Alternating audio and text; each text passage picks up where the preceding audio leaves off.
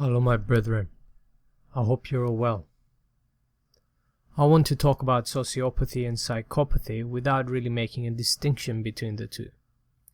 The reason why I'm doing this is because in the diagnostic criteria for both the DSM and the ICD-10, which is actually what is used in the UK, there is no clear distinction between them. In actual fact, the diagnosis is that of antisocial or disocial personality disorder. While sociopathy may be defined as something that is acquired and psychopathy as something that you're born with, the results are similar and they involve disinhibition, cheating, and manipulation. Though this talk may have no medical implications or no implications for the majority of individuals listening to the video, it speaks to the fascination of the unknown and the exploration of the minds of people who have committed heinous acts of violence. The popularity of such subjects and such mental exploration is something that speaks to the darker side of the human brain, because the actions of such individuals are something we want to understand. Some of us understand, and yet the majority of us will never engage in those actions. I want to talk about a joke, what it's called the psychopath test. There is this joke that if you understand or if you find the answer, then it tells you that you have the mind of a psychopath. So let me read it to you now, and I want you guys to think about it. A woman, while at the funeral of her own mother, met a man who she did not know. She thought he was amazing. She believed him to be her dream partner, so much so that she fell in love with him right there and right now, but never asked for his number and could not find him. A few days later, she killed her sister. What was her motive for killing her sister? The DSM, and I'm using DSM-5 here, and ICD-10 have different diagnostic criteria when it comes to antisocial or disocial personality disorder, and you should start seeing them in front of you right now. I'm going to read the diagnostic criteria for the disocial personality disorder of ICD-10, but you should also be able to see the DSM-5 criteria in front of you as well in this video. Disocial personality disorder is characterized by at least three of the following. 1. Callous unconcern for the feelings of others. 2. Gross and persistent attitude of irresponsibility and disregard for social norms, rules, and obligations. 3. Incapacity to maintain enduring relationships, though having no difficulty in establishing them. 4. Very low tolerance to frustration and a low threshold for discharge of aggression, including violence. 5. Incapacity to experience guilt or to profit from experience, particularly punishment. 6. Marked readiness to blame others or to offer plausible rationalizations for the behavior that has brought the person into conflict with society.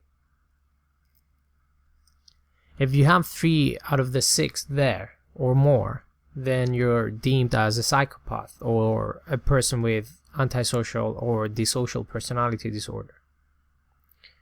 Psychopathy is measured to be around the 1% mark in the general population, and in areas of power, their manipulation, cheating, and lying can get them to the top. It is presumed to be closer to 4% in CEOs, surgeons, lawyers, etc.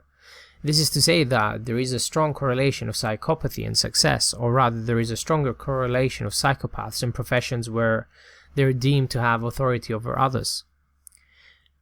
There are interesting aspects to psychopathy, and studies have been done on those aspects that show that psychopathic traits are excellent in terms of leadership. However, they exist in a range of expression in different characters of people, but those attributes are not clearly painted as good or evil when it comes to the science of it. Personality disorders are not really dysfunctions in the brain, but are seen as character types. Some of those character types are deemed problematic enough to be diagnosed as disorders. Although these conditions are deemed to be disorders, there are no real treatments for them. Every treatment tried so far has been unsuccessful in changing those people's character. The best treatments for these disorders are psychological in nature, although medications are used a lot of the time. If someone's behavior is problematic or potentially dangerous, medications are used and have historically been used, not really to improve the condition of the individual or the thought process for the patient, but rather to protect society from that individual. In psychopathy, the treatment is mainly psychological. But with those treatments, there is a problem with regards to change, because the people involved do not have emotional responses that would motivate them to change. In the majority of the situations, there may be a cognitive understanding of what emotions are, but there is no experience of those emotions. And in psychopathy, when medications are used, they're used on people with violent pasts and violent ideation that see that their lack of control and impulsivity may lead to their imprisonment. As such, sedation with antipsychotics is then trialed, which has been shown to be efficacious in certain studies. Those drugs control the impulsivity for these people. A lot of these people can turn into zombies almost, and if you are to visit a high-security psychiatric hospital or a psychiatric intensive care unit, then you can definitely understand what I'm saying. Sadly, over the years, other surgical procedures have been used, such as lobectomies, and sadly, such practices still continue, but the evidence based for these practices are minimal, along with every other treatment that I described above. Unlike other disorders such as schizophrenia, there is nothing really that can be fixed with medication, and it is up to the motivations of the individual how much control they have over their actions. The manipulation tactics and the dangerous past for a lot of these individuals can also lead to long-term mistrust from the so-called system, as they can never be trusted to be expressing truths and as such rarely released. Psychopaths, after all, have historically been the diagnosis of very dangerous men, including serial killers, and if you are to look into the corporate world, cutthroat senior executives who destroyed lives and killed people indirectly are also seen and can be diagnosed with psychopathy. Psychopaths are clearly the feared evil that a lot of people have talked about. Psychopaths have inactive emotional centers. They do not feel like the majority of the population do. In essence, what you and I might consider feelings, they have a conscious understanding of. Empathy is simply not something that is experienced by these individuals in a sense that you and I understand it. But these people are not evil. They're more common than people would have you think. They are genes that are selected for us when primed with good upbringing. They're a recipe for success. You see, even emotions you can learn. But let me first talk about a video that describes a lot of the research that has been done with regards to psychopathy. And please access the video below and you'll understand more about what I'm talking about. I'm not listing any individual papers here, as there is no point in me putting them there since no one reads them. I'm not going to go in too much depth anyway, so it doesn't really matter. Yet I want to discuss the psychopath further in terms of his nature and his overall brain function. Science tells us that psychopaths have smaller prefrontal lobes. That's the area of the brain just above the eyes. That area is what is used for inhibition. Therefore, from thought to action, for a lot of these individuals, there is not a lot of activity in that area of the brain. There is also a lot less activity in the emotional centers of the brain called the limbic system, which is based in the center of the brain, especially when associated with empathy. Additionally, there are genes that are said to be associated with psychopathy, and the most famous ones are actually called the warrior genes, which have an epigenetic activation profile, meaning that they get activated or deactivated at times following environmental pressures. So this is roughly what we know. What this means is that there is smaller areas that inhibit people's evil or socially unwanted actions. There is also less activity in emotional centers, which allow people to relate to other people emotionally and also exhibit emotional responses. There are also genes that make people more likely to become psychopaths, but they will not exhibit the full-blown murderous intent unless activated due to the environment. So let's go deeper with regards to this. There were evolutionary theories as to why such traits may have evolved.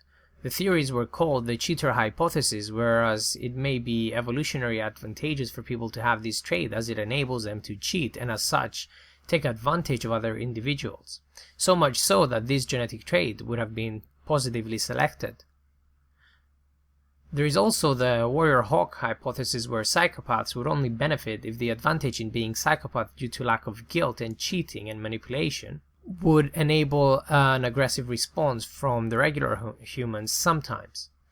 which would keep the gene in check and as such select it positively, as too much psychopathic behavior around would negatively select for other genes. These seem to be an acceptable theory in terms of computational simulations that were run, and it's seen as something that could be maintained in the gene pool at the level that it actually is right now.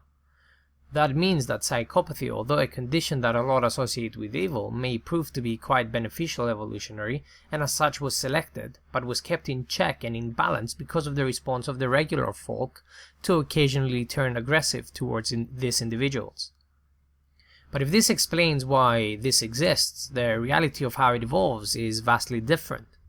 You see, a lot of these genes have epigenetic switches and they only get activated with nature and the influences that the environment has on these people.